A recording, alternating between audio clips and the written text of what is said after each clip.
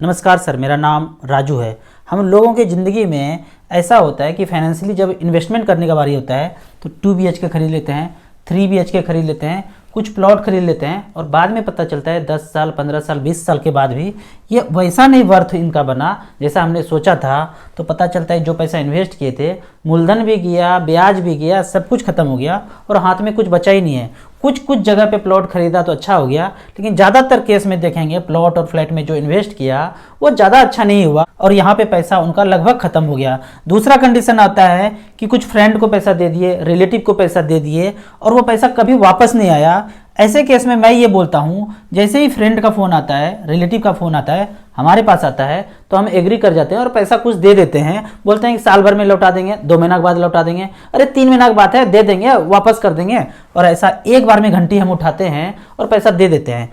ऐसे लोगों को जब आप फ़ोन करेंगे, दोबारा फ़ोन करेंगे तो वो घंटी नहीं उठाएंगे। मतलब आपने एक बार पैसा दे दिया, अब वापस फ़ोन करेंगे तो फ़ोन ही नहीं उठाएंगे। और जब अगर फ़ोन उठा लेंगे तो ऐसे मुझे लोगों ने बोला है कि पैसा जब होगा तो दे देंगे, पैसा होता तो दे नहीं देते क्या, पैसा नहीं है तभी तो नहीं दे रहे हैं। इस तरह से फ़ोन आता है तो आपका दिमाग ही झल्ला जाएगा कि कैसे पैसा दिया और मांगने पे इस तरह से बोल रहे हैं। तो यहाँ पे बचने का उपाय ये है कि जैसे इस तरह का फ़ोन आए ना तो टिंग टिंग टिंग टिंग घंटी बजने दीजिए। कब तक बजेगा तो इन्फिनिटी तक बजते दीजिए, 2 दिन 4 दिन बजेगा, उसके बाद बंद हो जाएगा।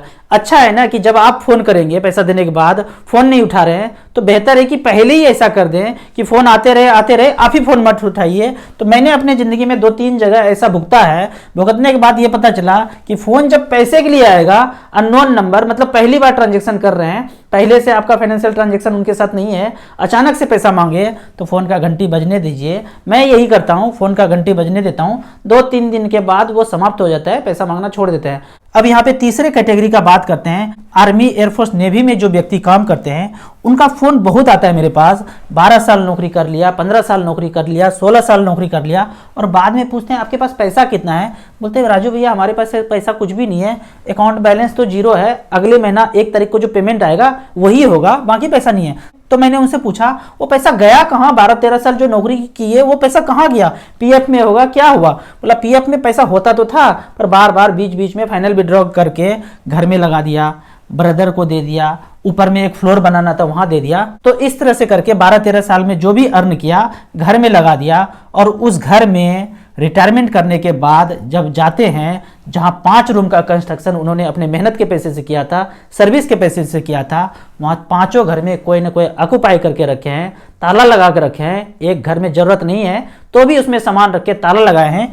इस बंदे को वहां उस घर में जगह नहीं मिलता है। इसीलिए आप पूरे देश में सर्वे करेंगे तो ये बंदा वापस उस कैंट के एरिया में आते हैं और कैंट के पास आसपास घर बसा लेते हैं। पूरे देश में आप सर्वे करेंगे तो पता चलेगा उनको अपने शहर में, अपने गांव में, अपने घर में जगह नहीं मिला। जिस घर को बनाने में उन्होंने जिंदगी का पैसा झोंक दिया वहां पे 1 रूम 2 रूम का सेट उनको रहने के लिए नहीं मिला। इसीलिए मजबूरी में वो कैंट एरिया में रहते हैं, खुशीपूर्वक नहीं रहते हैं। अपने गाँव शहर को छोड़ के कोई भी व्यक्ति खुशीपूर्वक कैंट एरिया में नहीं रहते हैं। ज़्यादा केस में 90% केस में देखेंगे वो मजबूरी में यहाँ पे रहते हैं। सब फौजी लोग, सब लोग अपने घर में बसना चाहते हैं पर वो नहीं बसते हैं क्योंकि वो घर में जो बराबरी का दर्जा उनको मिलना चाहिए था, जितना पैसा उनमें लगाया उसने, जितना टाइम उनमें दिया, जितना मेहनत किया, उस हिसाब से उनको वहाँ पे हिस्सा नहीं मिलता है। तो वापस वो उदास होके कैंट एरिया में रहने लगते हैं। इस तरह के लोग जब कैंट एरिया में आते हैं तो एक कहते हैं मेरा सब कुछ ले लो, बस मुझे 5 साल दे दो।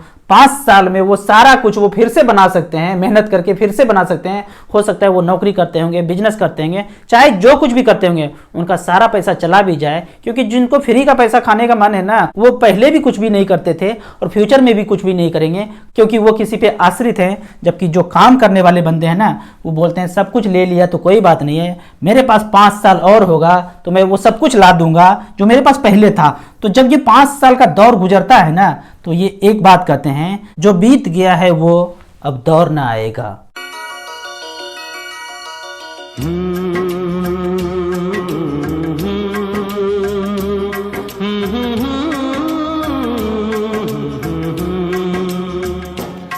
जो बीत गया है वो अब दौर ना आएगा, जो बीत गया है वो अब दौर ना आएगा।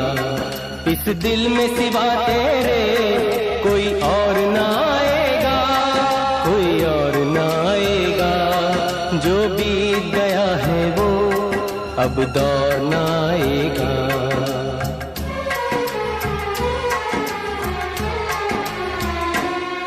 तू साथ न दे मेरा, चलना मुझे आता है। हर आग से वाकिफ हूँ, जलना मुझे आता है।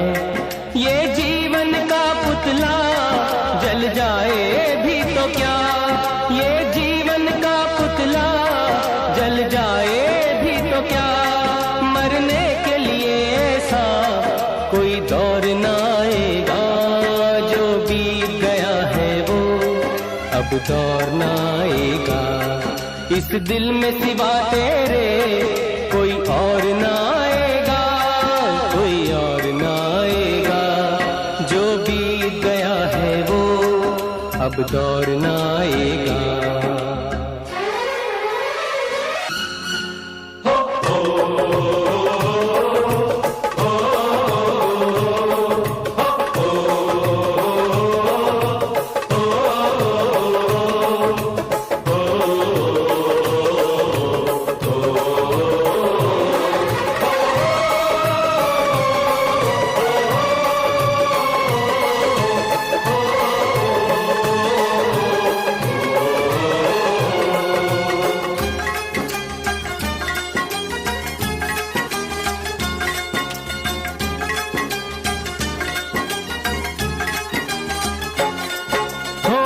दिन की जिंदगानी आती जाती है जवानी।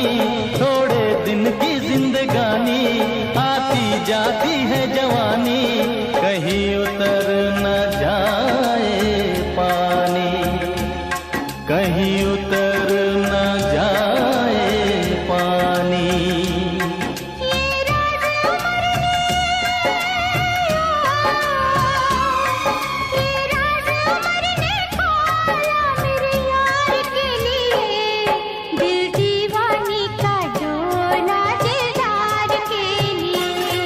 दिल दीवाने का डोला दिलदार के लिए। मैंने रंगा बसंती, मैंने रंगा बसंती चोला मेरे यार के लिए। दिल दीवाने का डोला दिलदार के लिए।